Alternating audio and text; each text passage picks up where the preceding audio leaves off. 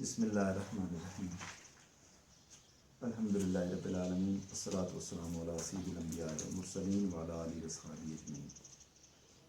تیسرے پارے کے 16 رکوع سے آغاز کر رہے ہیں۔ وقالت طائفة من اہل الکتاب آمنوا بالذی انزل علی الذین آمنوا وجہ النہار واکفروا آخرہ لعلہم یرجعون۔ وقالت اور کہا، طائفة ایک گروہ نے، من اہل الکتاب اہل کتاب سے، آمنو کی ایمان لے آؤ، بالذی اس کتاب پر، انزل علی الذین آمنو جو اتاری گئی ایمان والوں پر، وجہ النہار صبح کے وقت، وکفروا آخرہ اور انکار کر دو اس کا سر شام، لعلہم یرجعون شاید اس طرح کہ وہ اسلام سے برگشتہ ہو جائیں۔ تو یہود سازشی ذہن رکھتے تھے اور ہیلے بہانے کیے کہ مسلمانوں کو دین اسلام سے برگشتہ کیا جائے۔ تو اس کے ساتھ ساتھ انہوں نے ایک یہ ہیلہ بھی کیا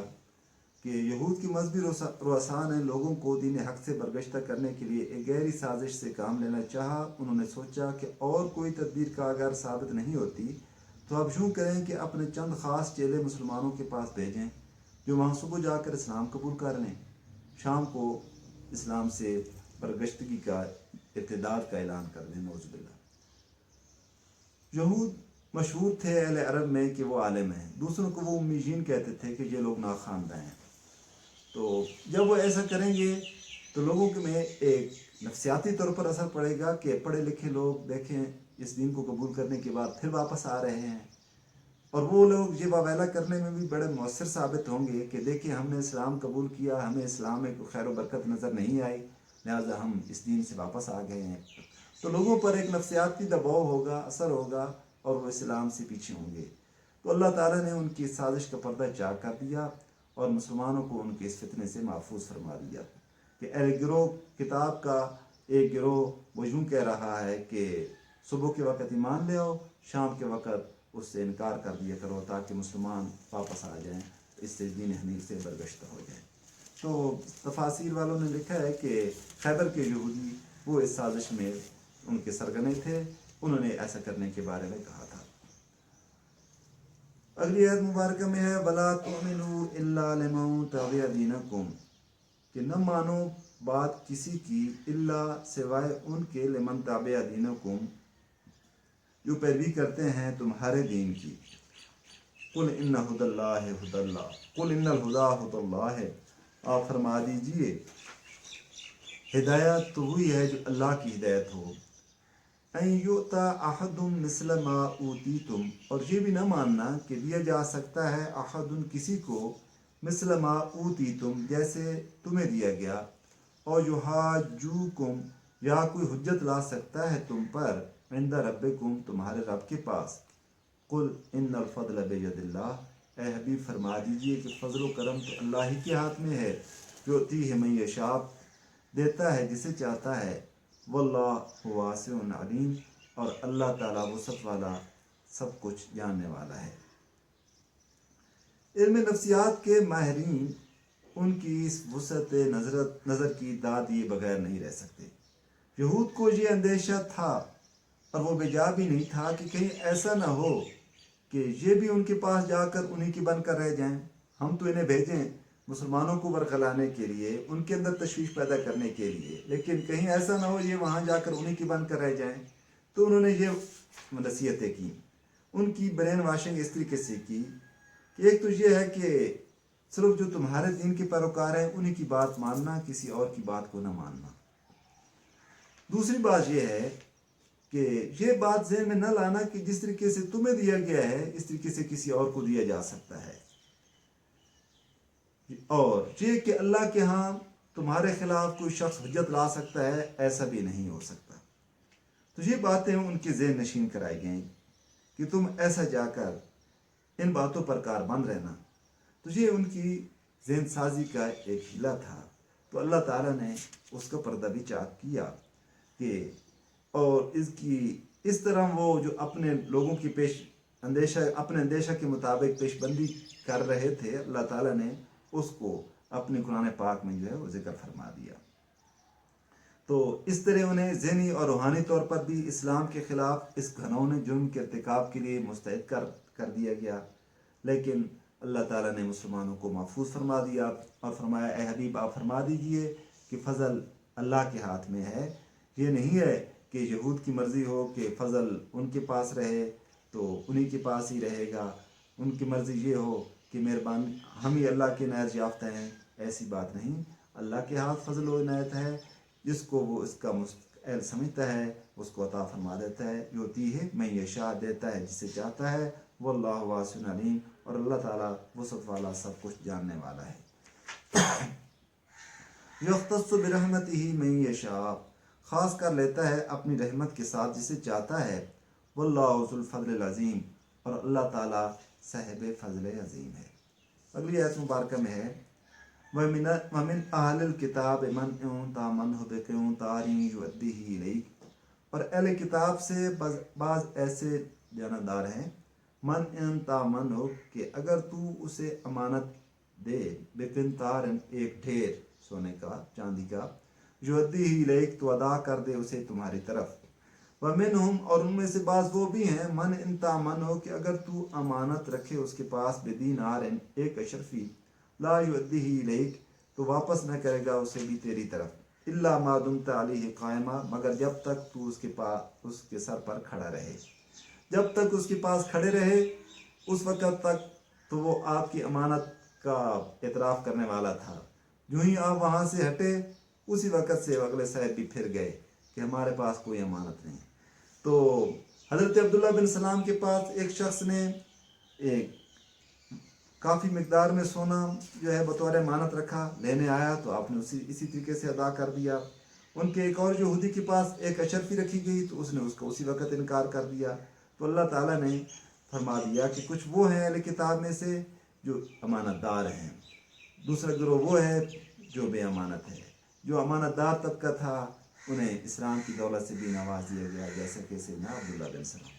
ذالک بانہم قالوا لیس علینا فی الامیین سبیل،